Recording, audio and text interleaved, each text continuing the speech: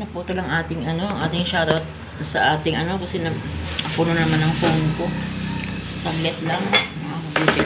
Hugasan ko lang tong aking baboy at na natin.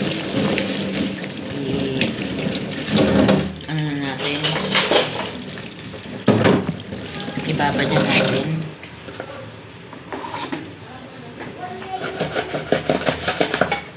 Ayun. Naputo lang ating shoutout time kasi napuno. Babad muna natin ating baboy. Saka tayo mag-shoutout uli. Tsaka mag-aalmusal tayo. Hello! Gising na si baby lang. Ha? Hayaan mo na muna kasi magluluto pa naman ako. Wala pa yan pagkain.